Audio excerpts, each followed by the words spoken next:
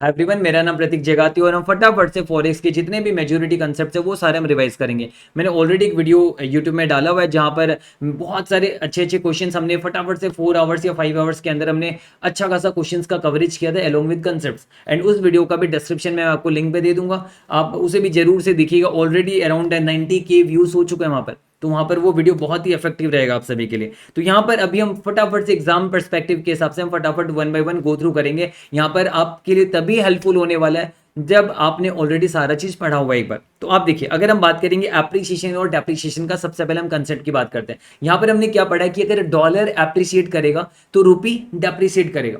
अगर डॉलर 10% से अप्रिसिएट करेगा तो डेट मीन्स रूपी 10% से डेप्रिसिएट नहीं करेगा, उससे कम से डेप्रिसिएट करेगा। हमने सारा रिवीजन किया था कि एप्रिसिएशन थोड़ा ज्यादा होता है, डेप्रिसिएशन कम होता है। यानी अगर मैं 100 का बेस लूं, डॉलर 10% से अप्रिसिएट होगा तो 100 प्लस 10% कितना होता है? 110। तो अब मुझे रुपी को जो डेप्रिसिएशन अगर मुझे निकालना है तो 110 से मुझे 100 पे आना है। यानी 110 से 100 पे अगर आप आओगे तो कितना कम करना है आपको?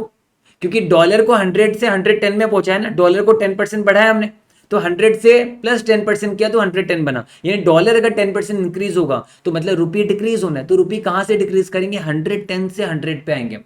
तो 110 से 100 पे आने के लिए आपको कितना कम करना है? 10 कम करना है। कहां से? 110 से कम करना है। यानी 10 डिवाइडेड बाय 110 इंटू 100। तो ऐसा सिचुएशन में 9.09% आपका आएगा। डेट इज आपका रुपी इतना से डेप्रिसिएट करेगा। तो आपको कभी भी अगर दिया हुआ है, मान लीजिए आपको कह दिया गया कि डॉलर 10% से बढ़ रहा है तो 100 से ये बन जाएगा 110, तो इसका मतलब रुपी 10% से गिरेगा। तो ये 110 से कितना आएगा? 100 पे आएगा। यानी 10 डिवाइडेड बाय 110 इंटू 100 हम करेंगे तो ऐसा सिचुएशन में 9.09% हमारा आ जाएगा। यानी एप्रिसिएशन से अब डेप्रिसिएशन का रेट निकाल लेंगे। फिर आगे मैंने कुछ पॉइंट यहाँ पर डिस्कस किया। मान लीजिए 15% से डॉलर ही इंक्रीज हो रहा है। अगर 15% से डॉलर इंक्रीज होगा तो मतलब 100 से वो 115 पे जाएगा। 100 प्लस 15%, 100 से 115 पे जाएगा। तो मतलब रुपये डेप्रिसिएट होगा। वो डेप्रिसिएट कैसे करना है? 115 से फिर हमें 100 पे आना है। ये 115 से 100 पे आओगे तो कितना कम करना है? 15 कम करना है। कहां से? लेकिन 115 से कम करना है। यानी 15 डिवाइडेड बाय 115 इंटू 100 करेंगे, हमारा 13.04% आ जाएगा। डेट इज ये रुपी का। अगर ये डॉलर का एप्रिसिएशन है तो ये आपका रुपी का डेप्रिसिएशन हो गया। फिर दूसरा, मान लीजिए ऐसा भी तो हो सकता है कि डॉलर आपका 18% से गिर गया, तो 100 का बेस लेते हैं, हमेशा 100 का बेस लेंगे। डॉलर अगर 18% से गिर गया तो ऐसा सिचुएशन में, डॉलर अगर 18% से गिर गया तो ऐसा सिचुएशन में 100 से वो कहां आएगा? 100 से 18% गिराना है तो 100 माइनस 18% करोगे तो 82 आएगा। कितना आएगा? 82। अब मुझे क्या करना है? अगर मेरा डॉलर गिर रहा है तो रुपी बढ़ेगा, तो रुपी मुझे बढ़ाना है, वापस से 82 से 100 पे जाना है। तो 82 से 100 पे जाओगे तो कितना बढ़ाओगे? 18 बढ़ाओगे। कहां से? 82 से बढ़ाओगे। यानी 18 डिवाइडेड बाई 82 इंटू 100 करोगे तो आपका आ जाएगा। डेट इज 21.95% आपका क्या होगा? रुपी जो है ये आपका इंक्रीज होगा। अगर डॉलर आपका 18% से डिक्रीज हो रहा है तो 21.95% से आपका रुपी इंक्रीज होगा। तो इस तरीके से हम निकालते थे। अब ध्यान में रखना कि पहले इंक्रीज हो रहा है तो 100 प्लस 15%, 115 होगा, तो वहां से हमें फिर डिक्रीज करना है। अगर ये डिक्रीज हो रहा है तो 100 से 82 पे आ गया, तो 82 से हमें क्या करना है? इंक्रीज करना है। तो ये बस आप ध्यान में रखोगे तो आपका एप्रिसिएशन डेप्रिसिएशन अच्छी तरीके से क्लियर हो जाएगा। अब हम क्या करेंगे? एक्सचेंज रेट पे अगर हम मान लीजिए एप्रिसिएशन और डेप्रिसिएशन को अगर हम अप्लाई करें तो हम कैसे करेंगे? यानी रुपी पर डॉलर 50 है, तो मेरी बात समझिए, अगर रुपी पर डॉलर आपका 50 है तो ये 50 जो है ये किसका रेट है? रुपी का रेट है कि डॉलर का रेट है? ये डॉलर का रेट है। और मैंने आप सभी को समझाया था कि रुपी पर डॉलर अगर 50 तो मैं इसको 50/1 लिख सकता हूं। तो मैं ये कह सकता हूं कि $1 इक्विवेलेंट टू रुपी 50 है। और यानी 1 रुपी इक्विवेलेंट टू 50 नहीं है, 1 रुपी इक्विवेलेंट टू क्या होगा? यानी यहां पर हमें पता चला $1 इक्वल 50 है और 1 रुपी इक्वल 1/50 है। तो इसीलिए मैंने आपको समझाया था कि अगर हम 50 को 50/1 लिख सकते हैं, हम 50 को क्या लिख सकते हैं? 50/1। और जो भी एप्रिसिएशन डेप्रिसिएशन होता है वो हमेशा न्यूमरेटर में तो होता है। अगर मैं मान लीजिए 1/10 लिखूं और मुझे 10% बढ़ाना है तो मैं 1 प्लस 10% कर दूंगा, ऊपर वाले न्यूमरेटर में तो सारा एडजस्टमेंट होता है। तो इसलिए मैंने आपको समझाया था कि अगर रुपी पर डॉलर 50 है तो मैं रुपी पर डॉलर को 50/1 लिखूंगा। और अगर मान लीजिए डॉलर एप्रिशिएट या डेप्रिशिएट हो रहा है तो मैं 50 के साथ खिलवाड़ करूंगा, क्योंकि ये ऊपर वाला न्यूमरेटर जो है डॉलर का है, ये डॉलर की बात करता है, और नीचे वाला डिनोमिनेटर जो है ये रुपया की बात करता है, क्योंकि डॉलर इक्वल 50/1। तो डॉलर 50 यानी न्यूमरेटर डॉलर के लिए क्या 50 है, और रुपी के लिए रुपी का क्या वैल्यू आएगा? रुपी का वैल्यू आएगा $1/50। $1/50 तो न्यूमरेटर कौन सा होगा? ये 1 होगा। तो इसलिए मैंने आपको समझाया था कि डॉलर अगर एप्रिशिएट या डेप्रिशिएट होगा, मतलब रुपी पर डॉलर का अगर कोड दिया हुआ है और डॉलर अगर बढ़ेगा या घटेगा तो मैं 50 के साथ खिलवाड़ करूंगा। मान लीजिए डॉलर 5% से बढ़ा तो 50 प्लस 5% कर दूंगा।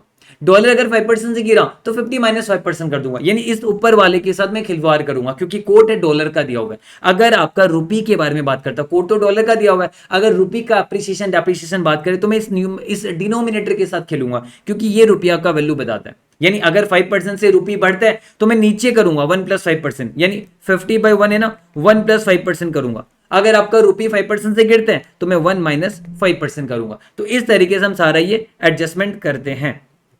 चलिए अब यहां पर हम कुछ कुछ एग्जांपल है फटाफट से आपको डिस्कस करा देता हूं। जैसे मान लीजिए डॉलर जो है, डॉलर अगर 5% से बढ़ता है, डॉलर अगर 5% से बढ़ता है तो ऐसा सिचुएशन में रुपी पर डॉलर में बताइए कोट किसका दिया हुआ, डॉलर का दिया हुआ कोट। तो ये 50 ऊपर वाला डॉलर का है और ये नीचे वाला 1 रुपी का है। तो आप बताइए अगर अप्रिशिएट करेगा, बढ़ेगा, तो मैं प्लस करूंगा 5% न्यूमरेटर को डॉलर के केस में, है ना। तो 50 प्लस 5% करूंगा 52.5 आ जाएगा। फिर नेक्स्ट वाला डॉलर डेप्रिशिएट कर रहा है, डॉलर की बात कर रहा है। अब इन दोनों में डॉलर कौन सा, 50 और 1 में डॉलर कौन सा, डॉलर तो ये वाला ही है, ऊपर वाला डॉलर है और नीचे वाला रुपी है, और डॉलर इस बार डेप्रिशिएट कर रहा है। तो मैं 50 को ही, ये ऊपर वाला है ना, इस पे ही माइनस 5% कर दूंगा, बात खत्म यहाँ पर, है ना। इस पे माइनस 5% मैंने कर दिया। यानी डॉलर अगर अप्रिशिएट या डेप्रिशिएट होगा रुपी पर डॉलर के केस में, क्योंकि कोट डॉलर का दिया हुआ है, रुपी पर डॉलर के केस में आप डॉलर अप्रिशिएट या डेप्रिशिएट होने पर न्यूमरेटर के साथ प्लस करोगे अप्रिसिएशन में, एंड डेप्रिसिएशन में माइनस करोगे। और वही अगर हम बात करें रुपी की, तो अब देखिए कोड दिया हुआ है रुपी पर डॉलर,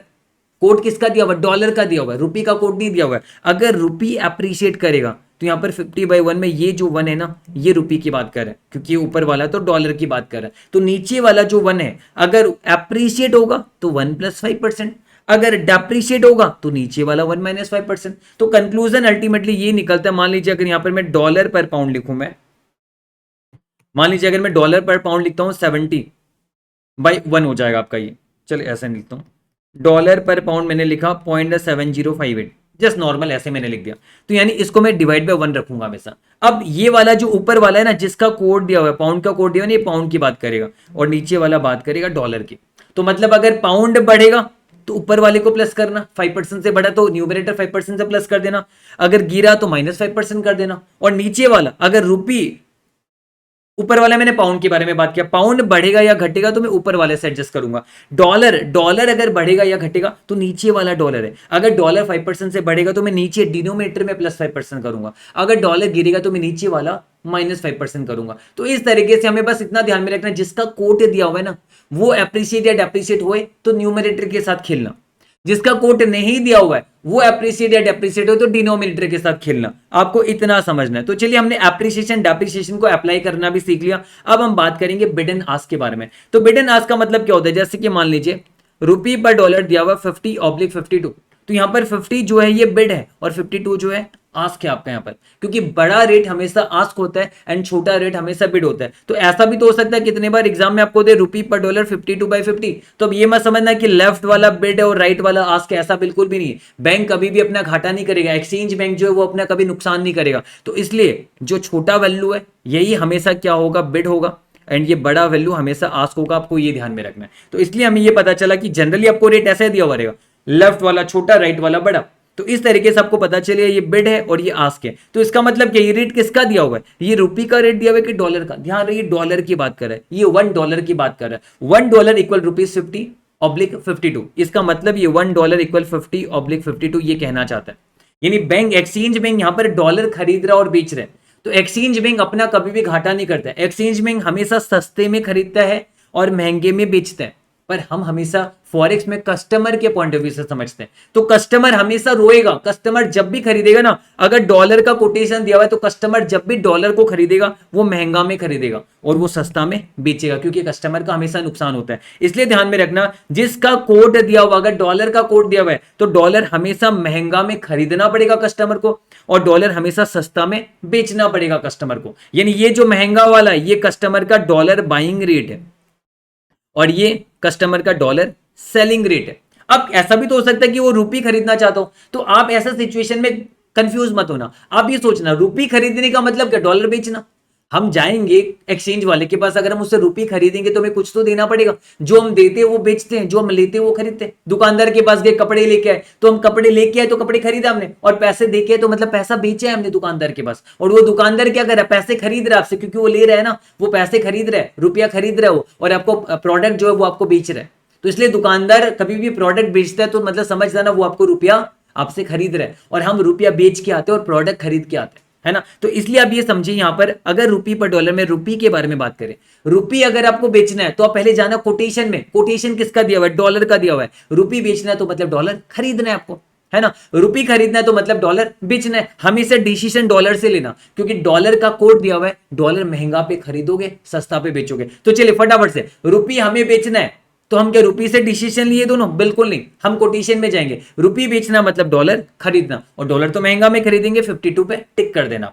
और अगर हम बात करें रुपी खरीदना है तो मतलब डॉलर बेचना है, तो डॉलर तो सस्ता में बेचेंगे, 50 को टिक करेंगे। और अगर डॉलर की बात आएगी, डॉलर खरीदना है, डॉलर का ही तो कोड दिया हुआ है, डॉलर का ही तो कोड दिया हुआ है। डॉलर खरीदना मतलब महंगा, डॉलर बेचना मतलब सस्ता, मतलब जिसका कोड अगर नहीं दिया हो तो पहले कोटेशन में पहुंचेंगे। तो रुपी खरीदने बेचने का बात जब आएगा ना, तब आप डॉलर पे जाना। रुपी खरीदना मतलब डॉलर बेचना, रुपी बेचना मतलब डॉलर खरीदना। और अगर हम डॉलर की बात करें, डॉलर खरीदना मतलब रुपया नहीं जाना है, डॉलर खरीदना मतलब डॉलर पे रहना है, क्योंकि कोड डॉलर का दिया हुआ है।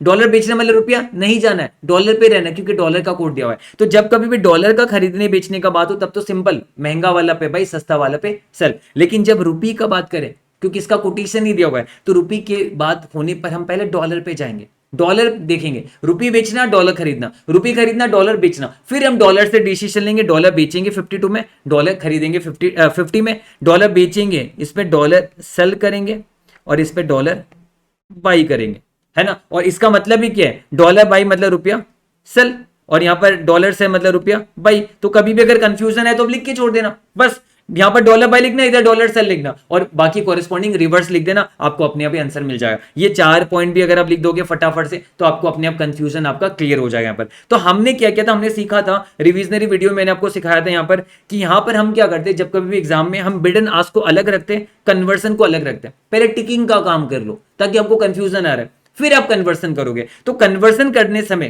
करते समय मैंने कैलकुलेटर का एग्जांपल लिया था।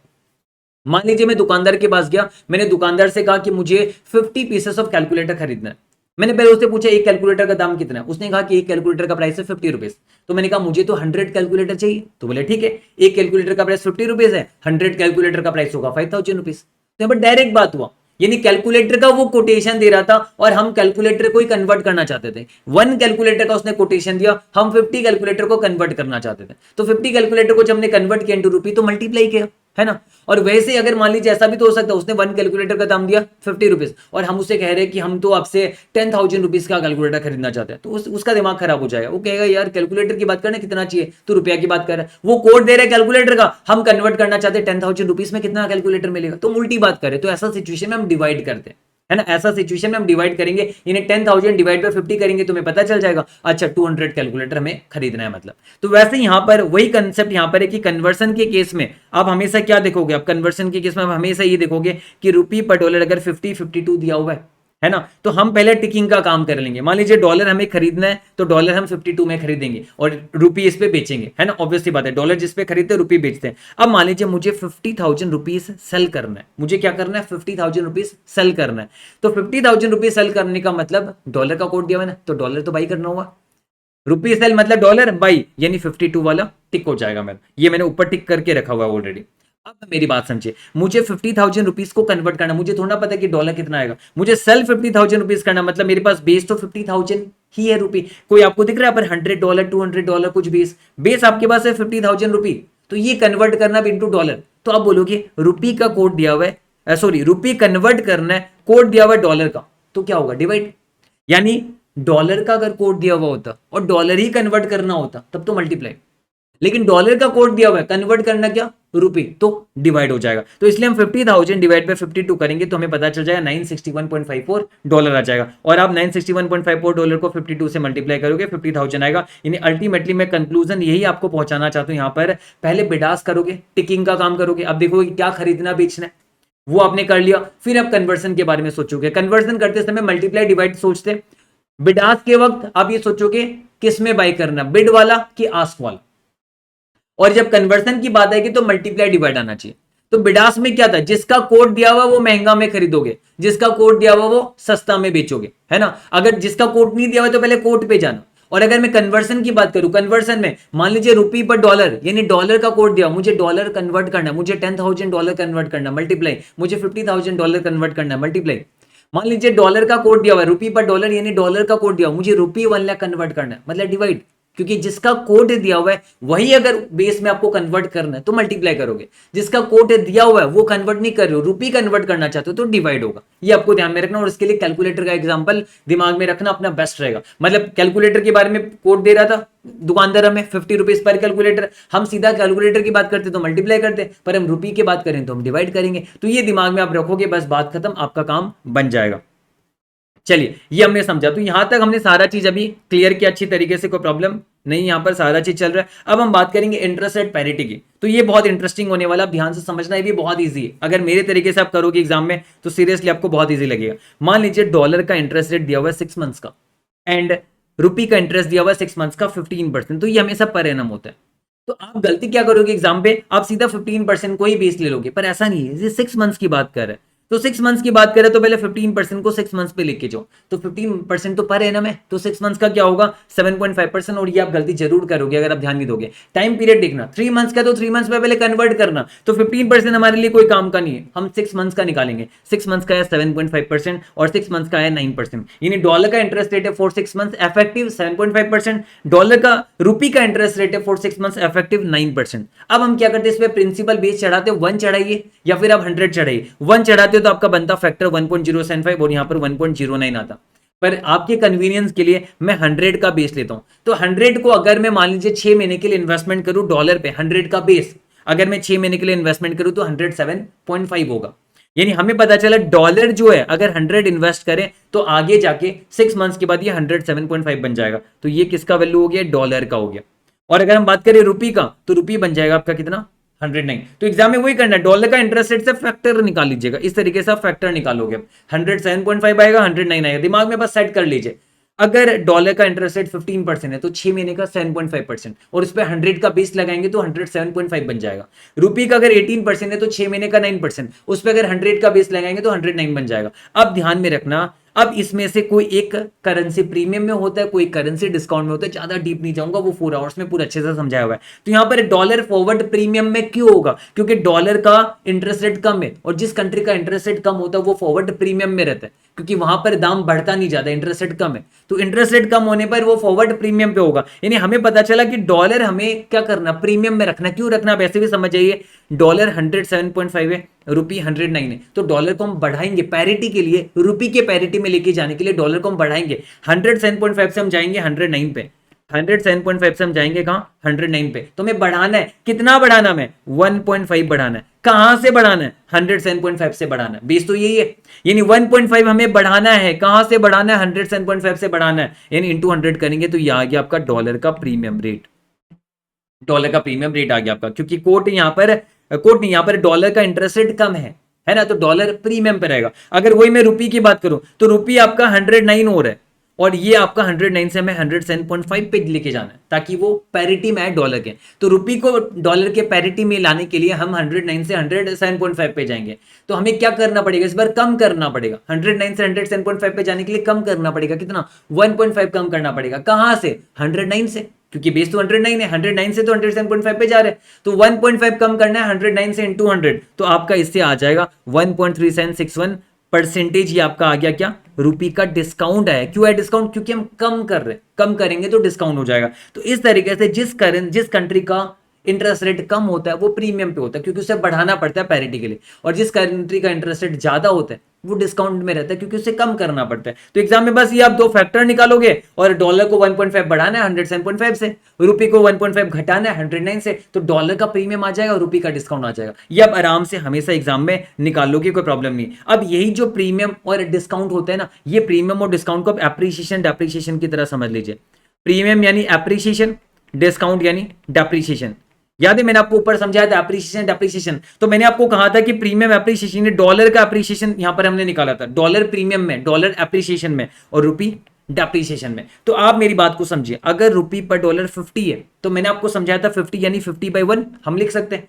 तो डॉलर को ऊपर नीचे करना है तो न्यूमरेटर के साथ छेड़छाड़ करोगे, क्योंकि कोट डॉलर का दिया हुआ है ना, ये डॉलर की बात कर रहे हैं, और ये नीचे वाला रुपी की बात करेगा, ये हमने समझा था ऑलरेडी ऊपर। तो यहां पर अब देखिए डॉलर अप्रिशिएट कर रहा है कितना से, डॉलर अप्रिशिएट कर रहा है 1.3953% से, तो डॉलर अप्रिशिएट करेगा, डॉलर का ऊपर, डॉलर तो ऊपर वाला 50, तो उस पर हम 1.3953% प्लस करेंगे, क्यों, अप्रिशिएट कर रहा है। तो ऐसा करने पर हमारा फॉरवर्ड 6 मंथ फॉरवर्ड आ जाएगा हमारा रुपी पर डॉलर, यानी स्पॉट रुपी पर डॉलर पे आप प्रीमियम चढ़ा दोगे, आप एप्रिसिएशन तो फ्यूचर का ही होगा, तो 6 मंथ्स का अगर एप्रिसिएशन होगा तो 6 मंथ्स का फॉरवर्ड रेट आ जाएगा आपका। तो इस तरीके से हमारा 6 मंथ्स का फॉरवर्ड रेट आ गया। दूसरा तरीका भी हमने याद है, हमने डिस्काउंट रेट भी निकाला था रुपी का, रुपी का डिस्काउंट रेट हमने अभी निकाला था 1.3761%। तो आप यहां पर समझिए रुपी पर डॉलर अगर 50/1 है तो 50 तो डॉलर की बात करता है, और 1 जो है 1/50 यानी 1 जो है वो रुपी की बात करता है। तो रुपी यहां पर डिस्काउंट में 1.3761%, तो रुपी का डिनोमिनेटर, डिनोमिनेटर किस पे, डिस्काउंट में, तो डिनोमिनेटर को माइनस करेंगे, डिस्काउंट यानी माइनस करेंगे वहां पर,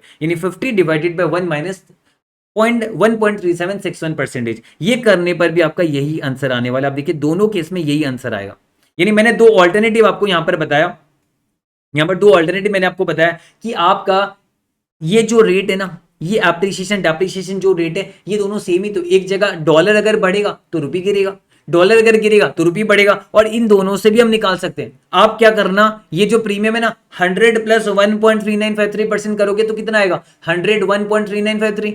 अब 101.3953 को मुझे गिराना है रुपी का वैल्यू निकालने के लिए, तो रुपी का प्रीमियम निकालने के लिए मैं 101.3953 से 100 पे आऊंगा ना, यानी 1.3953 डिवाइडेड बाय 101.3953, ये तो मैंने सिखाया था, इंटू 100 मेरा आ जाएगा ऊपर वाला, है ना, 1.3761 आ जाएगा मेरा। तो इस तरीके से वो एप्रिसिएशन डेप्रिसिएशन के हिसाब से हम निकाल सकते हो। मतलब मैंने आपको ऊपर सिखाया था कि अगर आप एप्रिसिएशन निकाल पाओगे तो डेप्रिसिएशन, एप्रिसिएशन अगर आपके पास है तो डेप्रिसिएशन अपने आप निकल जाएगा। यानी डॉलर एप्रिशिएट हो रहा है 10% से, तो रुपये आप डेप्रिशिएट निकाल पाओगे 100 प्लस 10%, 110 होता है, तो 100 पे आने के लिए 10 डिवाइड बाय 110। तो इसी तरीके से आप यहां पर कहीं पर भी कर सकते हो। इसलिए ध्यान रखना प्रीमियम यानी एप्रिसिएशन ही होता है एंड डिस्काउंट यानी डेप्रिसिएशन होता है। तो इस तरीके से हम इंटरेस्ट रेट का भी हम यूज करके हम निकाल सकते हैं। और आपको याद दिला दूं, अगर एक कंट्री का इंटरेस्ट रेट दिया हुआ है तो उसी कंट्री के इंटरेस्ट रेट में उसी कंट्री का प्रीमियम या डिस्काउंट को ऐड या लेस कर देंगे तो दूसरी कंट्री का इंटरेस्ट रेट आ जाएगा। क्यों आएगा,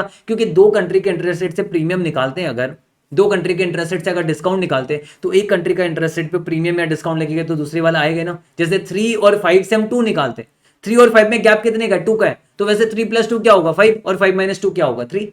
तो वैसे ही यहां पर आप समझिए अगर इंटरेस्ट रेट फैक्टर की बात करें तो आप देखिए डॉलर का इंटरेस्ट रेट फैक्टर 107.5 है, हमने निकाला था, ये रहा 107.5 है। और इस पे अगर हम प्रीमियम चढ़ा देंगे, डॉलर का प्रीमियम है तो प्रीमियम चढ़ाएंगे, डॉलर का डिस्काउंट है तो डिस्काउंट चढ़ाते हैं। तो प्रीमियम था डॉलर का इतना 1.3953%, ये रहा ये वाला, तो प्रीमियम है तो प्लस करेंगे। तो इस पे अगर आप प्लस करोगे तो देखिए 109 आ रहा है आपका, और ये 109 किसका था, रुपी का रेट था, है ना, रुपी का इंटरेस्ट रेट फैक्टर था, 109 से 9% आ जाएगा आपका। और वैसे दूसरे वाले में, अगर दूसरे वाले में ये वाले की बात करूंगा, अगर मैं, अगर रुपी का इंटरेस्ट रेट फैक्टर, रुपी इंटरेस्ट रेट है 9%, तो 109 होगा, ये 109 रुपी का रेट है। तो रुपी पे रुपी का डिस्काउंट या प्रीमियम चढ़ाना, डॉलर का नहीं। और रुपी का डिस्काउंट है या प्रीमियम है, रुपी का हमने डिस्काउंट निकाला था 1.3761, तो इस पे क्या होगा, माइनस हो जाएगा 1.3761%, क्योंकि रुपी डिस्काउंट में, तो डिस्काउंट यानी माइनस, ये माइनस करने पर हमारा डॉलर का रेट आ जाएगा, यानी 107.5%, 107.5 यानी 7.5% हमारा यहाँ पर अच्छी तरीके से आ जाएगा, कोई प्रॉब्लम नहीं। यानी अल्टीमेटली अगर आप बोलोगे सर मुझसे बता दीजिए एक बार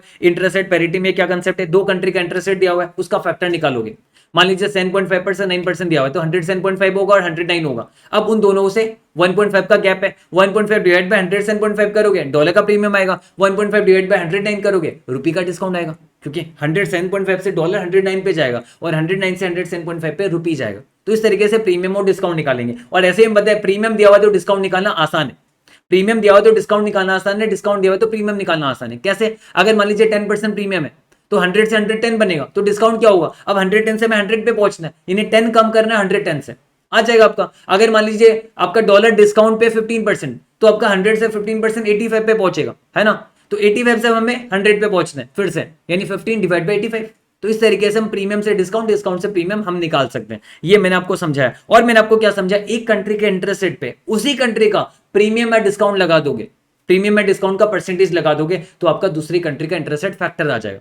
यानी एक कंट्री का इंटरेस्ट रेट मत करना कभी भी, उस पे फैक्टर लगाना, 7.5 मत ले लेना, 107.5 लेना या 1.075 लेना। यानी प्रिंसिपल बेस चढ़ाने के बाद उस पे प्रीमियम का परसेंटेज आप लगाओगे तो आपका दूसरी कंट्री का इंटरेस्ट रेट फैक्टर आएगा, यानी प्रिंसिपल बेस के साथ वाला आएगा, फिर हम उसमें से पता कर लेंगे। जैसे यहां पर आपका आया, कहा गया, ये रहा 109 आया, तो मतलब क्या 9% है, क्योंकि 100 का प्रिंसिपल बेस है, बाकी 9% हो गया आपका। इस तरीके से हम इंटरेस्ट रेट का क्वेश्चन भी हम आराम से, इंटरेस्ट रेट पैरिटी को हम बिना फॉर्मूला के आराम से हम संभाल सकते हैं एग्जाम में। फिर अगर हम बात करें मनी मार्केट कवर की, तो आप देखिए मनी मार्केट कवर में हमने क्या सीखा हुआ है, एक बार रुक जाइए। मनी मार्केट कवर में हम दो बातें करते थे, एक रिसीवेबल की और एक पेएबल की। जैसे मान लीजिए फॉर एग्जांपल मैं इंडिया में बैठा हुआ, मुझे यूएसए में मैंने गुड्स सेल किया है, तो मुझे पैसा मिल रहा है, पर मुझे पैसा मिल रहा है जो डॉलर में मिल रहा है, फॉरेन करेंसी में मुझे मिल रहा है, और आज नहीं मिल रहा, 3 मंथ्स के बाद मिल रहा है, तो मुझे डर लगा हुआ है 3 मंथ्स के बाद जब मुझे डॉलर मिलेगा, और उस वक्त क्या पता डॉलर गिर जाएगा, तो डॉलर डेप्रिसिएट होगा, क्योंकि जब मुझे डॉलर मिलेगा तब मैं डॉलर को बेचने को जाऊंगा। अगर 3 मंथ्स के बाद मेरे पास डॉलर आएगा तो मैं डॉलर से थोड़ा ना खर्चा करूंगा इंडिया में। मुझे इंडिया में अगर पार्टी वुटी करना है मुझे तो रुपया चाहिएगा, तो मैं 3 मंथ्स के बाद डॉलर थोड़ा अपने पास रखूंगा, मैं डॉलर को जाऊंगा कन्वर्ट करूंगा इंटू रुपी, और बाद में पता चला कि रुपये पर डॉलर 10 रुपीज हो गया, मैं तो बर्बाद हो जाऊंगा। मुझे डॉलर देने पर, $1 देने पर सिर्फ 10 रुपीज मिलेगा, तो मुझे डर है कि कहीं रुपये पर डॉलर पे डॉलर का वैल्यू गिर ना जाए। डॉलर का वैल्यू क्या पता 10 रुपये 15 रुपये हो गया, तो मैं तो रास्ते में आ गया, तो मुझे डर है डॉलर गिरने का। तो ऐसा सिचुएशन में हम क्या करते हैं, हम फॉरवर्ड कवर में एंटर करते हैं, मनी मार्केट कवर में एंटर करते हैं, बहुत सारे फ्यूचर कवर में एंटर करते हैं, बहुत सारे टेक्निक्स हैं। तो अभी हम बात करें मनी मार्केट कवर की, तो यहाँ पर हम क्या चाहते हैं कि कल को बाद में डॉलर गिर ना जाए, हम चाहते हैं हम आज ही पैसे मंगवा लें। तो आज पैसे मंगवाने का क्या उपाय है, हम उसके पास वाले बैंक से आज ही उधार ले लेंगे पैसा, और पैसा हम नहीं चुकाएंगे बाद में पैसा चुकाएगा कौन, वो कस्टमर। यानी 3 मंथ्स के बाद उस कस्टमर को पैसे में चुकानी है डॉलर, तो हम डॉलर आज ही बोरो कर लेते हैं, और चुकाएगा कौन, कस्टमर। पर क्या हम पूरा डॉलर बोरो कर सकते नहीं, क्योंकि इंटरेस्ट भी तो बैंक मांगेगा, तो हम इतना डॉलर बोरो करेंगे कि बाद में वो इंटरेस्ट के साथ उतना बन जाए जितना कस्टमर चुकाएगा। तो इसलिए अगर हमें कस्टमर से $50,000 मिलना है, तो हम $50,000 बोरो नहीं करेंगे, उसका प्रेजेंट वैल्यू बोरो करेंगे, उसका प्रेजेंट वैल्यू बोरो करेंगे। चलिए उसका प्रेजेंट वैल्यू बोरो कर दिया, अब बाद में फाइनल अमाउंट जो होगा वो हमें नहीं चुकाना, वो कस्टमर चुकाएगा। यानी जो प्रेजेंट वैल्यू हमने बोरो किया वो पूरा हमारा हो चुका, और हमारी चुकाने की कोई जिम्मेदारी नहीं। तो मान लीजिए 49,000 हमने बोरो किया प्रेजेंट वैल्यू में, 50,000 का प्रेजेंट वैल्यू। अब ये $49,000 मेरे पास है, मैं अमेरिका में हूं, मैं अमेरिका में गया फ्लाइट पकड़ के, बैंक से $49,000 बोरो किया, और कह दिया कि मेरा कस्टमर आपको 50,000 एलोंग विद इंटरेस्ट चुका देगा। तो मेरे पास प्रेजेंट वैल्यू में $49,000 आज आ चुका है, और मैं हूं अभी अमेरिका में। फिर मैंने फ्लाइट पकड़ा, फ्लाइट में बैठ के मैं इंडिया में आ रहा था, तो वही बीच रास्ते में मुझे एक्सचेंज वाला मिला। एक्सचेंज वाले को मैंने क्या किया, वो $49,000 बेच दिया, वो डॉलर बेच दिया, और बदले में क्या ले लिया, रुपी ले लिया। आज ही क्या, स्पॉट आज ही करूंगा सारा काम, सेम डे में बोरो करूंगा, सेम डे में उस डॉलर को फिर बेच दूंगा, क्योंकि डॉलर मेरे पास है, मुझे तो रुपया चाहिए, तो डॉलर को हटाओ तो डॉलर को दो, यानी बेचो डॉलर को बेच के रुपया खरीद लो। तो मेरे रुपया आप मेरे पास आ चुका, मैंने रुपया खरीद लिया। अब ये रुपया मैं क्या करूंगा, इंडियन बैंक में इन्वेस्ट कर दूंगा, इंडियन बैंक में इन्वेस्ट कर दूंगा। तो आप सोचिए अगर आपने डॉलर पे सेल किया फॉरेन करेंसी पे, तो डॉलर का प्रेजेंट वैल्यू बोरो कर लो, फिर उस डॉलर को स्पॉट बेच दो, तो रुपया खरीद लिया, मतलब रुपया आ चुका आपके पास। अब उस रुपया को इंडिया में इन्वेस्ट कर दो, 6 महीने के लिए इन्वेस्ट करोगे तो 6 महीने का इंटरेस्ट रेट लेना, 12 महीने का मत लेना।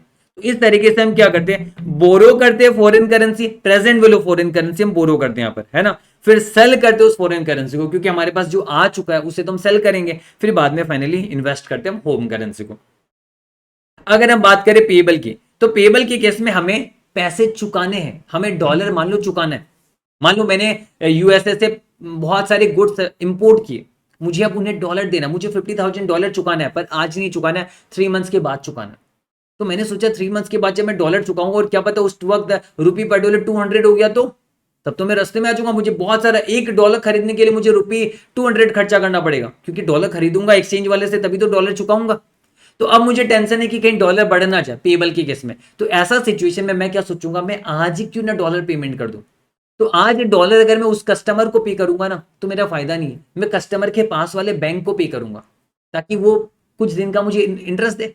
तो मैं कस्टमर के जो पास वाले बैंक है वहां पर मैं उससे कहूंगा कि आज अगर मैं तुझे $50,000 का प्रेजेंट वैल्यू कितना पे करूं कि बाद में 3 मंथ्स के बाद आप मुझे $50,000, मुझे नहीं मेरे सप्लायर को दे दोगे आप। यानी मुझे पैसे चुकाने हैं, तो मुझे आज ही चुकाने के लिए मैं क्या करूंगा, फॉरेन में इन्वेस्ट कर दूंगा।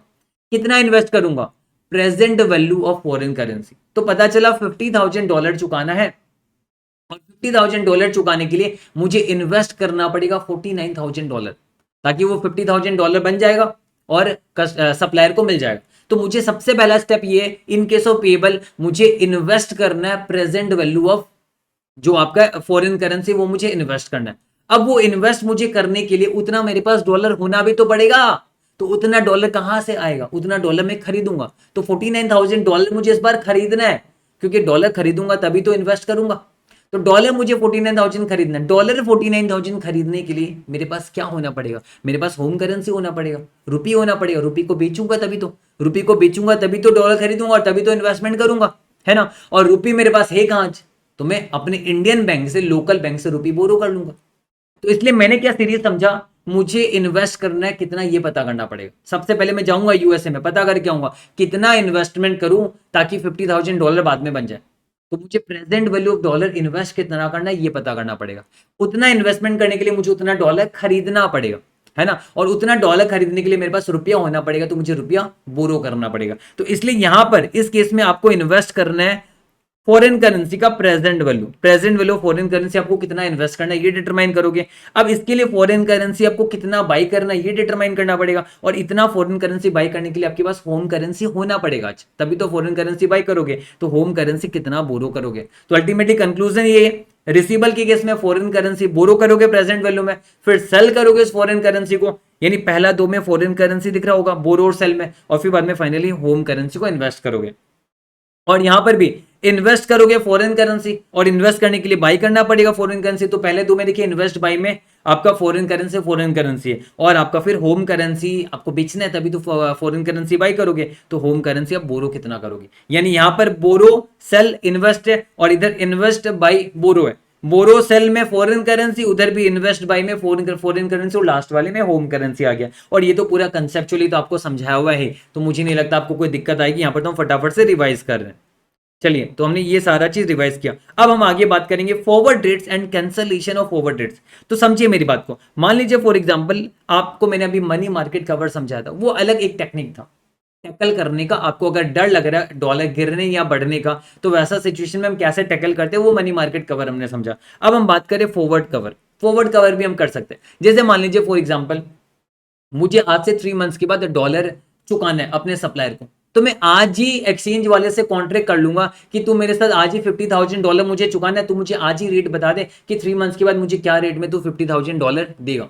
यानी पहले से एग्रीमेंट कर लेना, फॉरवर्ड एग्रीमेंट कर लेना, ये होता है फॉरवर्ड कॉन्ट्रैक्ट। तो मान लीजिए 1 जुलाई को यहाँ पर हमने क्या लिखा था कि मान लीजिए 1 जुलाई को मैंने कॉन्ट्रैक्ट किया एक्सचेंज वाले के पास कि मैं 1 अक्टूबर को, अगस्त सितंबर अक्टूबर, यानी मैंने 1 जुलाई को कॉन्ट्रैक्ट ये किया कि मैं 3 मंथ्स के बाद एक्सचेंज वाले के पास जाऊंगा और उससे मैं $100 बाई करूंगा एट ₹50, यानी रेट फिक्स हो चुका है। 3 मंथ्स के बाद मुझे जाना है, यानी 1 अक्टूबर को मैं जाऊंगा, $100 में बाई करूंगा ₹50 के हिसाब से, यानी मुझे ₹5,000 पे करना है यहाँ पर, है ना। तो यहाँ पर मेरा पे कितना होगा, ₹5,000 मुझे पे करना है, इसका मैंने कॉन्ट्रैक्ट कर लिया। अब क्या हुआ, 1 अगस्त को, एक महीने के बाद, 1 जुलाई से 1 अगस्त, एक महीना बीत चुका, और ये जो बच्चा है ना, ये बच्चा यहां से आगे देखिए यहां पहुंच गया। तो 1 जुलाई से 1 अगस्त आ चुका, एक महीना बीत चुका। अब मेरा जो मुझे पे करना था वो चेक क्या पता पे नहीं करना पड़ा, कुछ कारण से मैं कैंसिल करना चाहता हूँ कॉन्ट्रैक्ट को।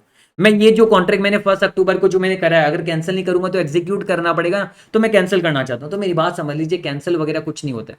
अगर बाई है तो जिस डेट में बाई है उसी डेट में सेल करके सौदा काटो, अगर सेल है तो जिस डेट में सेल है उसी डेट में बाई करके सौदा काटो। तो आप मेरी बात समझिए, अभी आप कहां पहुंच गए, अभी आप 1 अगस्त को आप चल के एक महीना आपने पार कर दिया, सो रहे थे एक महीना। अब आप 1 अगस्त को आप चाहते हो कि ये 1 अक्टूबर वाला कॉन्ट्रैक्ट को आपको कैंसिल करना। तो ये कॉन्ट्रैक्ट बाई क्या होता है, डॉलर बाई का कॉन्ट्रैक्ट था, तो कैंसिल कैसे होगा, सेल करके सौदा काटी। तो अब हमें डॉलर सेल करना पड़ेगा, कितना, $100 ही में सेल करना पड़ेगा। तो अब हम तो 1 अगस्त में, तुम कैसे क्या करें, हम 1 अगस्त से देखेंगे 1 अक्टूबर कितना दूरी में, 1 अगस्त से 1 अक्टूबर 2 महीने की दूरी में, तो मैं 2 मंथ्स का फॉरवर्ड क्या करना पड़ेगा, हमें सेल करना पड़ेगा। अगर मान लीजिए हम कैंसिल करने को जाते 1 अक्टूबर को, तो स्पॉट हम सेल करते, क्योंकि 1 अक्टूबर को ही एग्जीक्यूट होना है, उसी दिन कैंसिल करना चाहते तो स्पॉट सेल करके कैंसिल करो। यानी अल्टीमेटली कैंसिल तो इसी डेट पे होगा, सेल कॉन्ट्रैक्ट तो इसी डेट पे होगा, पहले से कर लोगे तो ऐसा सिचुएशन में फॉरवर्ड कॉन्ट्रैक्ट करना है। यानी अगर मान लीजिए 1 सितंबर होता तो 1 सितंबर से 1 अक्टूबर की कितनी दूरी है, एक महीने की, तो 1 मंथ सेल करके हम सौदा काटते हैं। तो देखिए बाई का सौदा हो गया, सेल का सौदा हो गया, तो हमें पता चला कि बाई का कॉन्ट्रैक्ट था 50 और 1 अगस्त को आपका सेल का रेट आपको मिला 45। तो ऐसा सिचुएशन में बाई और सेल करने पर जो भी कैंसलेशन प्रॉफिट या लॉस आएगा वो आपको मिल जाएगा यहाँ पर, है ना। तो यहाँ पर अल्टीमेटली कैंसिल कुछ हो ही नहीं रहा है, बाई सेल हो रहा है, बाई को सेल से काटोगे, सेल को बाई से काटोगे। जैसे इंडिया पाकिस्तान का मैच हो रहा है, इंडिया का जीत पे पैसा लगा दिया, तो बाद में आपको लगता है कि नहीं अब कुछ भी हो सकता है, तो पाकिस्तान के जीत पे पैसा लगा दो, तो एक तरफ आएगा तो दूसरी तरफ जाएगा, इस तरीके से सौदा कटेगा, बाई सेल का सौदा कटेगा आपका, है ना। तो यहाँ पर आपका कैंसलेशन का लॉस आएगा, तो जो कैंसलेशन का लॉस आएगा वो आपको पे करना पड़ेगा। और अगर मान लीजिए मार्जिन होता है कहीं पर, मार्जिन बहुत सारी जगह पे आपको दिखेगा, मार्जिन अगर होगा तो ध्यान रखना बस, मार्जिन हमेशा लगता है, बैंक आपको कभी मार्जिन देगा नहीं, बैंक आपसे हमेशा मार्जिन लेगा, कस्टमर का हमेशा मार्जिन लगता ही है। तो मार्जिन हमेशा आउटफ्लो पे ऐड करते हैं, क्योंकि आउटफ्लो लगता है, मार्जिन भी लग रहा है तो दोनों प्लस होगा, इसलिए मार्जिन हमेशा आउटफ्लो पे ऐड होता है और मार्जिन हमेशा इनफ्लो पे लेस होता है। ये आपको दिमाग में रखना है, क्योंकि मार्जिन तो हमेशा आउटफ्लो होगा, तो इनफ्लो से तो आउटफ्लो लेस होगा और आउटफ्लो से आउटफ्लो प्लस होगा, तो ये आपको बस ध्यान में रखना है। चलिए ये हमने समझा, तो यहां तक सारा चीज हमने क्लियर कर लिया, कोई प्रॉब्लम नहीं है। अब आगे हम बात करेंगे कोट्स की, है ना। तो कोट्स का रीड करना भी आपको समझना बहुत ज्यादा जरूरी है यहाँ पर। जैसे रुपी पर डॉलर दिया हुआ है 98.42 ऑब्लिक 98 सॉरी, रुपी पर डॉलर आपका दिया हुआ है 98.42 ऑब्लिक 52। इसका मतलब क्या है 98.42 ऑब्लिक 52 का मतलब क्या है? जैसे हम कितनी बार आप देखोगे कि आप है ना मंडी वगैरह में जाओगे, आप पूछोगे कि एक चावल का बोरे का क्या रेट है, वो बोलेगा 1020-50, वो ऐसे बोलता है आपको 1020-50, है ना। तो मतलब वो ये कहना चाहता है कि वो 1020 में आपसे खरीदेगा और 1050 में बेचेगा, 1020-50, तो उसे बोलने में थोड़ा कठिन नहीं हो रहा है, तो उसने 1020 1020 1050 की जगह 1020-50 कह दिया। तो वैसे यहाँ पर अगर 98.42 ऑब्लिक 52, तो मतलब क्या है, ये कहना चाहता है कि 98.42 ऑब्लिक 98.52 है। इस तरीके से हम कोड्स का इंटरप्रिटेशन करते हैं। दूसरा वाला 98.92 ऑब्लिक 12, तो इसका मतलब ये नहीं कि 98.92 आप बोलोगे और आप कहोगे कि 98.12 है, ये गलत हो जाएगा, ऐसा नहीं कर सकते आप, क्योंकि मैंने कहा था ना ये कभी भी छोटा नहीं होता, जनरली बिट लेफ्ट वाला होता है, राइट वाला आस्की होता है। तो यहाँ पर आपको ये क्या कहना चाहता है पता है? इसका मतलब ये हो गया कि इसका मतलब क्या हो गया आपको ये समझना है। जैसे मान लीजिए दुकानदार के पास आपके दुकानदार ने कहा 1090-10, 1090-10, तो वो 1090-1010 नहीं कह रहा, वो 1090 और 1110 कह रहा है, 1090 और 1110 कह रहा है वो। तो वैसे यहाँ पर 98.92, अब 12 तो छोटा हो जाए, 98 पे लगाऊंगा तो मैं वन स्टेप आगे जाऊंगा, तो मैं 99.12 मानूंगा। बस ये सारा हमने समझा हुआ आगे भी। और फिर डॉलर पर पाउंड 1.5062/42, तो मतलब 1.5062/1.5042 मानू नहीं, मुझे क्या करना पड़ेगा, वन स्टेप आगे आना पड़ेगा, यानी ये जो तीसरा वाला फिगर है जीरो को वन बनाना पड़ेगा, यानी 1.5062/1.5142 हो जाएगा आपका ये। चलिए तो कोर्स इस तरीके से देखते हैं। तो कोर्स में बेसिकली क्या होता है, राइट साइड वाला कंप्लीट दिया हुआ नहीं रहता है, जिसको हम कंप्लीट करते हैं, है ना, उसके हिसाब से एडजस्ट करके। कंफ्यूज मत हो जाना, कोर्स और स्वैप पॉइंट्स में दोनों अलग अलग है। स्वैप पॉइंट्स में बेसिकली नीचे आपको स्वैप पॉइंट्स दिया हुआ रहता है, दोनों बिड और आस्क का दोनों का स्वैप पॉइंट्स दिया हुआ रहता है, और कोर्स में आपका राइट साइड में आपका छोटा फिगर दिया हुआ रहता है, जिसको हमें इंटरप्रेट करके फुल करना पड़ता है। तो यहाँ पर तो हम क्या करते हैं, इंटरप्रेट करें, हम यहाँ पर ऐड नहीं करते हैं, हम यहाँ पर लास्ट का डिजिट 52 में रखना है तो उसके अकॉर्डिंगली हम एडजस्ट करते हैं। पर स्वैप पॉइंट्स में हम हमेशा या तो प्लस करते हैं या माइनस करते हैं, स्वैप पॉइंट्स में हमेशा प्लस या माइनस करते हैं। अगर इंक्रीजिंग ऑर्डर में तो प्लस करोगे, डिक्रीजिंग ऑर्डर में तो माइनस करोगे। जैसे पहले वाला देखिए 13/15 है, इंक्रीजिंग ऑर्डर में प्लस करोगे, 10/9 है डिक्रीजिंग ऑर्डर में, 10 के बाद 9 डिक्रीजिंग ऑर्डर में तो माइनस करोगे, 7/5 डिक्रीजिंग ऑर्डर में तो क्या करोगे, माइनस करोगे यहाँ पर। तो ये आपको समझना है। पर तो यहाँ पर 1 मंथ का स्वैप पॉइंट दिया हुआ है, देखिए ना डॉलर पर पाउंड दिया हुआ है 0.0065 0.0068, 1 मंथ का स्वैप पॉइंट आपको दिया हुआ है 13/15। तो इसका मतलब क्या है कि आपको 0.0065 पे 13 ऐड करना है, 0.0068 पे 15 ऐड करना है, क्योंकि इंक्रीजिंग ऑर्डर में, तो आपका आ जाएगा वैल्यू ये वाला।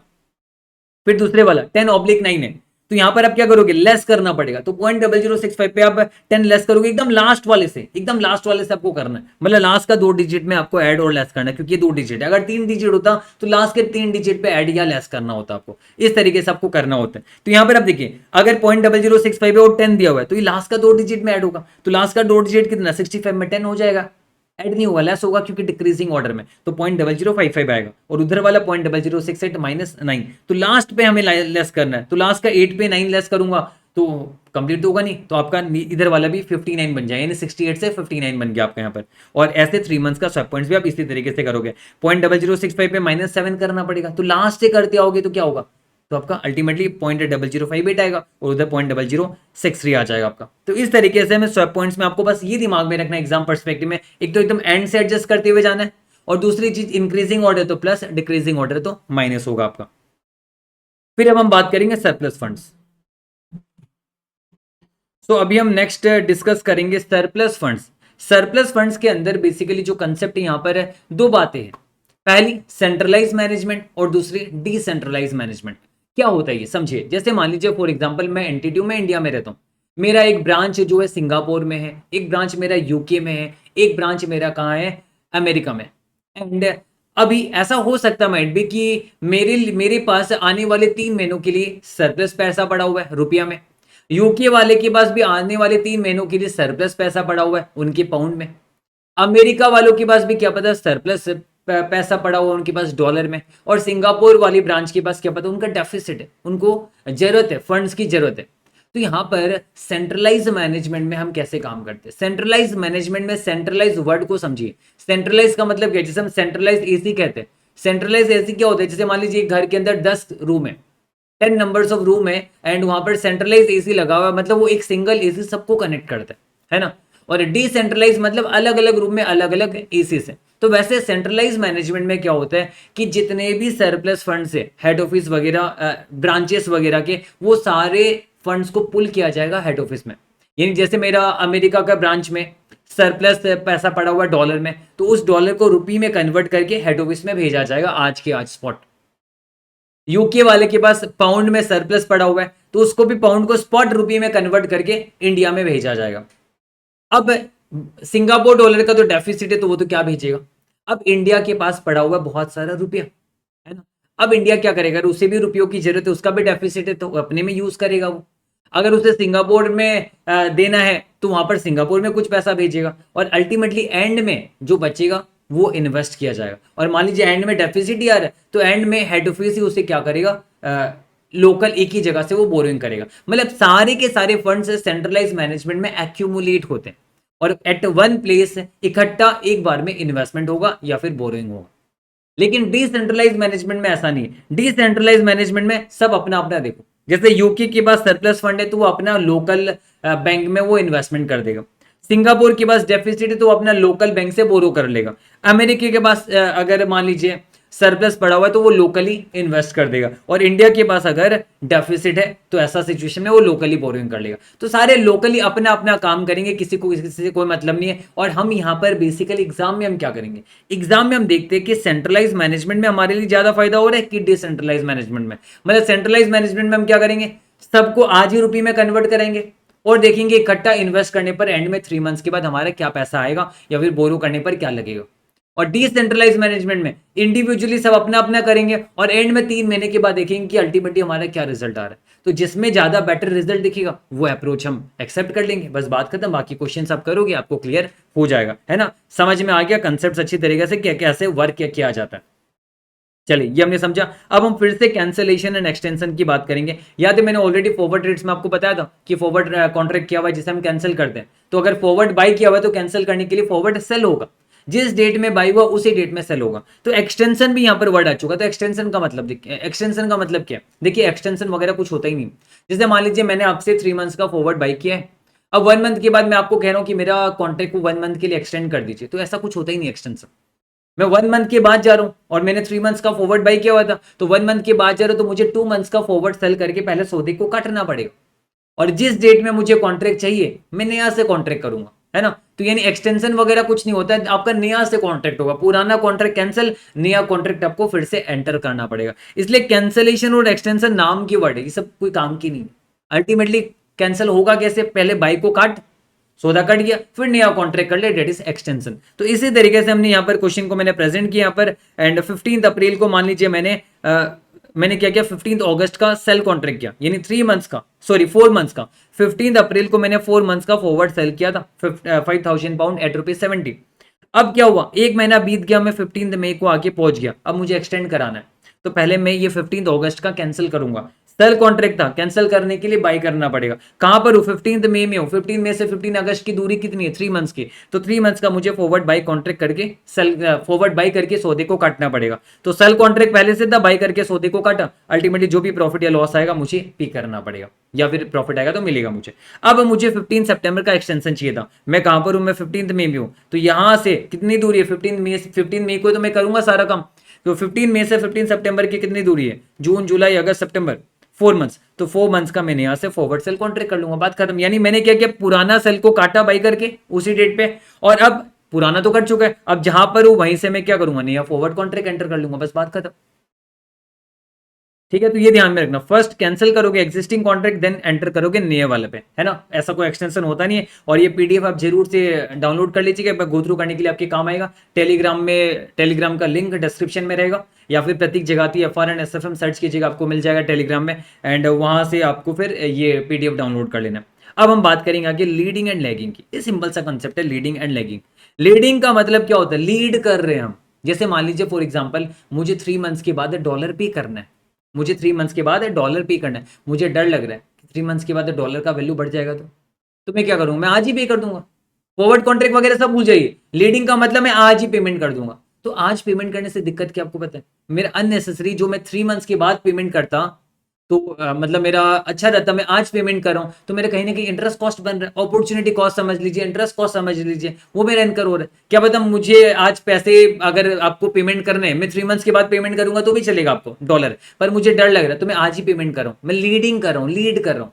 तो आज ही पेमेंट करने के लिए क्या पता मैंने बोरिंग करके पेमेंट किया आपको, पहले रुपी बोरिंग किया, फिर डॉलर में कन्वर्ट किया, फिर आपको पेमेंट किया, तो मेरा इंटरेस्ट कॉस्ट लग सकता है। तो इसलिए आप समझिए कि अगर $50,000 आपको पेबल है 3 महीने के बाद, आपको डर लग रहा है कि कहीं डॉलर का रेट बढ़ना चाहे बाद में, तो आप एडवांस में पेमेंट कर दोगे, है ना, एडवांस में पेमेंट कर दोगे, जिसकी वजह से आपका फाइनेंस कॉस्ट भी इनकर हो सकता है। इसका एक डिमेरिट है। अदरवाइज लीडिंग का मतलब ये फ्यूचर से बचने के लिए हम एडवांस में पेमेंट कर देते हैं। तो यहाँ पर भी हमारा एक अप्रोच है, जहां पर अप्रोच में हम ये देखते हैं कि एडवांस में पेमेंट करने पर हमारा इंटरेस्ट कॉस्ट जितना लग रहा है, इंटरेस्ट कॉस्ट जितना लग रहा है, और क्या पता हम आगे सिर्फ फॉरवर्ड कॉन्ट्रैक्ट करें तो वहां पर हमारा रेट ज्यादा हाई आ रहा है, तो हम डिसीजंस लेते हैं, अलग अलग सिचुएशंस का हम डिसीजन लेते हैं। हमें दिख रहा है कि आज एडवांस में पेमेंट कर दे और फाइनेंस कॉस्ट भी लगाए, तो उतना पैसा नहीं लगे जितना हम फॉरवर्ड रेट हमें जो एक्सचेंज वाले से मिल रहा है उस फॉरवर्ड रेट में अगर हम एंटर करें तो कितनी बार ऐसा हो जाता है कि फॉरवर्ड रेट बहुत हैवी महंगा मिल रहा है फॉरवर्ड रेट आपको, तो आपको दिखाई दे रहा है कि आज का स्पॉट रेट में हम क्या करें, पेमेंट कर दे, और अपने बैंक को इंडिया में जो भी इंटरेस्ट लगे हम इनकर कर लेंगे, वो हमारे लिए ज्यादा सुटेबल रहता है। तो अल्टीमेटली लीडिंग का मतलब ये होता है कि आप पहले से एडवांस में पेमेंट कर दे रहे हो, तो वहां पर तो हम डिसीजंस लेते हैं, हम देखते हैं कि हम फॉरवर्ड कॉन्ट्रैक्ट में एंटर करने से हमारा ज्यादा फायदा है कि हम आज एडवांस में पेमेंट करके अपना इंटरेस्ट लगाए, उसमें हमारा ज्यादा फायदा है, तो उसके अकॉर्डिंगली हम डिसीजन लेते हैं। तो लीडिंग का मतलब ये एडवांस में पेमेंट कर देना, जहां पर अल्टीमेटली आपका फाइनेंस कॉस्ट भी लगता है। फिर लैगिंग, लैगिंग का मतलब क्या हो गया, हमें आज पेमेंट करना है पर हम आज पेमेंट नहीं कर रहे, हम लेट कर रहे हैं। तो आज मान लीजिए आप सप्लायर हो, मुझे आज आपको $50,000 देना है, मैं आज आपको नहीं दे रहा हूं, तो आपको मैं कहूंगा कि नहीं मैं आज नहीं दूंगा, मैं 2 मंथ्स के बाद दूंगा, तो आप कहोगे, फिर आप मेरे से इंटरेस्ट मांगोगे। तो मुझे यहाँ पर अगर मैं आपको लैग करूंगा, मतलब डिले, लैग का मतलब डिले करना, अगर मैं आपका पेमेंट डिले करूंगा तो मुझे आपको इंटरेस्ट देना पड़ेगा। पर क्या पता पेमेंट डिले करने की वजह से, चलिए इंटरेस्ट जो लगेगा लगेगा, पर पेमेंट डिले करने की वजह से क्या पता मुझे बाद में रुपी पर डॉलर गिर जाए और बाद में मैं सस्ता में डॉलर खरीद सकता हूं। तो मुझे अगर ये बिलीव आ रहा है कि डॉलर फ्यूचर में गिरने वाला, देखिए अगर मुझे बिलीव होगा डॉलर फ्यूचर में बढ़ेगा तो मुझे आज ही बाई कर लेना चाहिए ना, तो मैं लीड करके आज ही बाई करके चुका दूंगा। अगर मुझे ये बिलीव आ रहा है नहीं फ्यूचर में डॉलर गिरेगा तो मैं आज नहीं चुकाऊंगा, आज आपको पेमेंट नहीं करूंगा, मैं फ्यूचर में पेमेंट करना चाहूंगा, फ्यूचर में बाई करना चाहूंगा, जब वो गिरेगा तब बाई करूंगा ना। तो इसलिए लैगिंग का मतलब लैग करना, डिले करना। कब डिले करते हैं, हमें लगता है जब फ्यूचर में डॉलर का वैल्यू गिरेगा, तो जब गिरेगा तो खरीद के आपको चुका देगा, इंटरेस्ट लगेगा लगेगा, तो हमें लग रहा है कि इंटरेस्ट भी लगेगा तो उतना नुकसान नहीं है हमारा, अगर बाद में रेट गिरता है तो हमारा उसमें ज्यादा फायदा है, तो अकॉर्डिंगली हम डिसीजन लेते हैं। तो लीडिंग का मतलब एडवांस में पेमेंट कर देना, लैगिंग का मतलब डिले करके पेमेंट करना। चलिए नेटिंग कुछ नहीं होता, जैसे मान लीजिए नेटिंग में कितने बार क्या होता है, मैं और आप अमेरिका में रहते हो, आप भी एक एंटिटी हो, मैं इंडिया में रहता हूँ, मैं भी एंटिटी हूँ, हमारे बीच में लेन देन होते रहता है, मैं आपसे गुड्स खरीदता हूँ, आप मेरे से गुड्स खरीदते हैं, तो मुझे आपको गुड्स खरीदना, आपसे मुझे गुड्स खरीदना है, तो हम क्या करते हैं, कितनी बार नेटिंग कर लेते हैं, हम कहते हैं कि चलो ठीक है, आपको मुझे $50,000 देना है और मुझे आपको $50,000 देना, आपको मुझे $20,000 देना फॉर एग्जाम्पल। तो हमने सोचा अलग अलग से $50,000 पेमेंट होगा, कन्वर्सन वगैरह होगा, इसका झमेला में फंसना, में एक्सचेंज का बिडास्क में फंस जाएंगे। तो हमने सोचा ठीक ठीक हम नेटिंग करेंगे, हम क्या करेंगे 3 मंथ से हम नेटिंग करेंगे, एक पीरियड बना दे तो उस पीरियड से हम हिसाब करेंगे और नेटिंग करेंगे। तो यहाँ पर $50,000 मुझे आपको चुकाना है, आपको मुझे $20,000 चुकाना है, तो अल्टीमेटली 30,000 मैं आपको चुका दूंगा। तो इससे फायदा क्या होगा, एक्सचेंज रेट में जो आपका स्प्रेड होता है, जो बैंक कमीशन खाता है, स्प्रेड खाता है, उसमें हमारा थोड़ा सा पैसा बचेगा, है ना, ट्रांजेक्शन कॉस्ट वगैरह सब कम लगेगा। तो नेटिंग का मतलब ये कि ऑफसेट कर देना रिसीवेबल्स और पेएबल्स को। जैसे मान लीजिए मेरा, और ऐसा भी हो सकता है अलग अलग जगह पे, मान लीजिए मेरा 3 मंथ्स के बाद डॉलर रिसीवेबल होना है 50,000 का, और 3 मंथ्स के बाद मेरा डॉलर पेएबल है 30,000 का, तो मैं कहूंगा ठीक है जो रिसीव होगा $50,000 उसको रुपये में कन्वर्ट नहीं करूंगा, उसी से $30,000 चुका दूंगा। अल्टीमेटली मुझे $20,000 का ही मुझे फॉरवर्ड कॉन्ट्रैक्ट वगैरह कर लेना चाहिए। इससे रिलेटेड क्वेश्चन भी है जहां पर आपका $50,000 मान लीजिए रिसीवेबल है, $30,000 पेएबल है, तो अलग अलग से कॉन्ट्रैक्ट नहीं करना आपको फॉरवर्ड कॉन्ट्रैक्ट वगैरह। आप क्या करो, नेट में 20,000 का फॉरवर्ड कॉन्ट्रैक्ट कर दो, बस बात खत्म। तो इस तरीके से हम नेटिंग कर लेते, कितनी बार नेटिंग करने पर हमारा फायदा होता है, और कितनी बार नेटिंग करने के चक्कर में हम थोड़ा सा डिले भी करते हैं। हमें लगता है ठीक है हमें रिसीव हो रहा है 2 मंथ्स के बाद, ये मान लीजिए 2 मंथ्स के बाद हमें 50,000 मिल जाएगा, और चुकाना है 3 मंथ्स के बाद 30,000, तो हम वो जो $50,000 हमारे पास आएगा उसमें से $30,000 हम होल्ड करके रखेंगे। कब तक? और फर्दर 1 मंथ तक, और 1 मंथ के बाद हम क्या करेंगे, चुका देंगे। तो हम लैग कर रहे हैं, ऐसे क्वेश्चन भी हम लैग कर रहे हैं नेटिंग करने के चक्कर में। क्यों? हमें लग रहा है कि ठीक है इसमें जो डॉलर आएगा वही डॉलर ही हम क्या करेंगे, अल्टीमेटली चुका देंगे। पर हाँ टाइमिंग में फर्क है, तो ठीक है 1 महीना हम लैग करके छोड़ देंगे, पढ़ा रहने देंगे। तो इस तरीके से आप कितनी बार नेटिंग कर देते हो जहां पर रिसीवेबल और पेएबल को नेटिंग किया जाता है, जिसको हम नेटिंग कहते हैं। फिर अब आगे कंसेप्ट है नोस्ट्रो वोस्ट्रो लोरो, सिंपल सा कंसेप्ट है। देखिए नोस्ट्रो वोस्ट्रो लोरो, इससे रिलेटेड एक अच्छा सा क्वेश्चन है, आप वो कर लीजिएगा जहां पर हम चेक वगैरह का जो होता है ना ओवरड्राफ्ट वगैरह इशू किया जा रहा है, इससे रिलेटेड अच्छा क्वेश्चन है, वो एक बार जस्ट गो थ्रू कर लीजिएगा। तो यहाँ पर आप देखिए नोस्ट्रो वोस्ट्रो लोरो में क्या होता है। नोस्ट्रो का मतलब क्या है, हमारा दिल आपके पास है। वोस्ट्रो का मतलब होता है आपका दिल हमारे पास है, और लोरो का मतलब होता है आपका दिल किसी और के पास है। तो यानी पहले वाला हमारा दिल आपके पास है का मतलब क्या है, यानी हमारा अकाउंट आपके पास है। जैसे मैं इंडिया हूं, मैं स्टेट बैंक ऑफ इंडिया हूं समझ लीजिए, और आप हो स्विस बैंक, आपको ना स्विस बैंक हो, फॉरेन के बैंक हो, फॉरेन करेंसी के बैंक हो। तो यहां पर मैंने क्या किया, आपके वहां पर एक अकाउंट खुला है, किसमें, आपके फॉरेन करेंसी में एक अकाउंट खुला है मैंने, तो वो होता है नोस्ट्रो अकाउंट। मेरे लिए वो क्या है, नोस्ट्रो अकाउंट है। अगर मैं एसबीआई हूं, है ना, मैं इंडियन बैंक हूं, मैंने आपके वहां पर स्विस बैंक एक अकाउंट खुला है, तो स्विस बैंक में थोड़ा रुपया का अकाउंट खुला है, फॉरेन करेंसी का अकाउंट खुला है। तो जो फॉरेन करेंसी का मैंने अकाउंट खुलाया है वो होता है नोस्ट्रो, मेरे लिए नोस्ट्रो होगा। और ऐसा भी तो हो सकता है कि कितने बार आप आओगे, पधारोगे हमारे देश, और हमारे यहाँ पर इंडिया में आप ही अपना अकाउंट खुलाओगे, रुपी का अकाउंट। तो अगर आप हमारे यहाँ पर अकाउंट खुलाओगे तो वो वोस्ट्रो अकाउंट होता है, मतलब हमारा अकाउंट आपके पास है, वो नोस्ट्रो अकाउंट है हमारे लिए। आपका अकाउंट हमारे पास है, वो वोस्ट्रो अकाउंट है हमारे लिए। और मान लीजिए मैं यहाँ पर, मैं छोटा मोटा बैंक हूँ, मान लीजिए मैं सेंट्रल बैंक ऑफ इंडिया हूँ, तो मैंने खुलाया नहीं, मैंने सोचा ठीक है स्टेट बैंक ऑफ इंडिया है, उसने तो खुला के रखा, उसी से काम चला लूंगा। तो मतलब हम क्या करते हैं, जब थर्ड पार्टी के अकाउंट से हम काम चला लेते हैं, मतलब मैं अब क्या कह रहा हूं पता है, एसबीआई का नोस्ट्रो अकाउंट है कहां पर, एसबीआई का अकाउंट है कहां पर, स्विस बैंक है, तो ये मेरे लिए लोरो हो गया, है ना। लोरो का मतलब क्या हो गया, देयर अकाउंट विद देम, यानी किसी और का अकाउंट किसी और के पास है, दैट इज लोरो अकाउंट। और यहाँ पर हम लोरो अकाउंट में बेसिकली ये होता क्यों है, जैसे हमारे कितनी बार कस्टमर्स रहते हैं, तो कस्टमर्स के इंस्ट्रक्शन में हमें कितनी बार फॉरेन करेंसी में पेमेंट कराना होता है, तो कन्वीनियंस के लिए क्या करते हैं, अपना एक अकाउंट खुला देते हैं, ताकि उस अकाउंट के थ्रू हम ड्राफ्ट वगैरह इशू कर देंगे कस्टमर को, और कस्टमर पेमेंट कर देगा।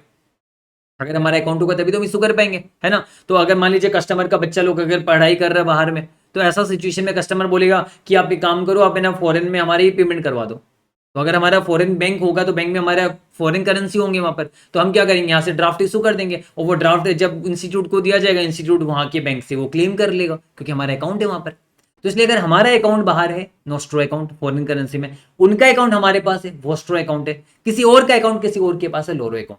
यानी जैसे एसबीआई का अकाउंट मान लीजिए स्विस बैंक में, तो बाकी आईसीआईसी बैंक या फिर बंधन बैंक हो गए या फिर एचडीएफसी बैंक हो गए, कोई भी हो गए, वो उन्होंने अपना अकाउंट नहीं खुला, उन्होंने सोचा हम एसबीआई के अकाउंट से काम चला लेंगे, तो उनके लिए फिर एसबीआई अकाउंट जो है, वो एसबीआई का जो नोस्ट्रो अकाउंट है वो लोरो अकाउंट हो जाएगा।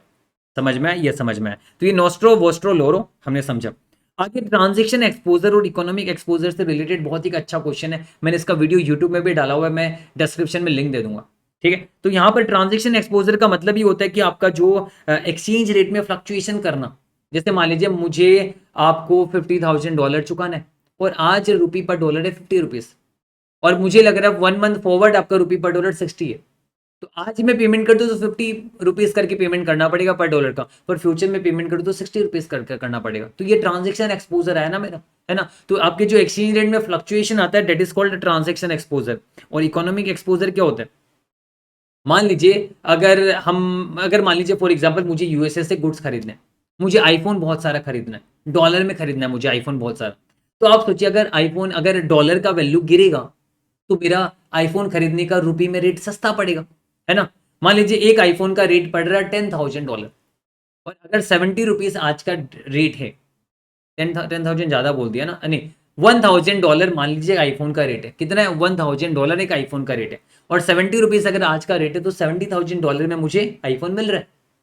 और बाद में सोचिए, बाद में अगर रुपी पर डॉलर 50 हो गया, तो ऐसा सिचुएशन में तो मुझे वन आईफोन 50,000 रुपीज में मिल जाएगा, जहां पहले 70,000 रुपीज में मिलता था, अब मुझे 50,000 रुपीज में मिल जाएगा। तो मैं क्या करूंगा, और थोड़ा ज्यादा आईफोन खरीद लूंगा, क्योंकि सस्ता में मिलता है तो हम ज्यादा खरीद लेते हैं ना। तो वही आपका इकोनॉमिक एक्सपोजर हो गया, that is price elasticity of demand.